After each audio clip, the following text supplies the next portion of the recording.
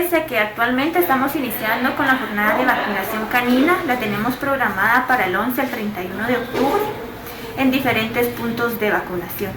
Sí, hacemos la cordial invitación a toda la población para que pueda acercarse a los puestos de vacunación que en su momento van a ser socializados.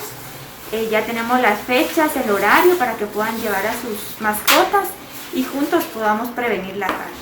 Por supuesto, ¿verdad? Tenemos esa responsabilidad de cuidar a nuestras mascotas principalmente y también prevenir la rabia, ya que en reiteradas ocasiones a veces los perritos en algún momento se escapan o muerden a las personas. Entonces estar vacunados es una medida de prevención para tener cuidado tanto de nuestras mascotas como también de las personas. El día lunes 11 ¿Y finaliza? el 31 de octubre.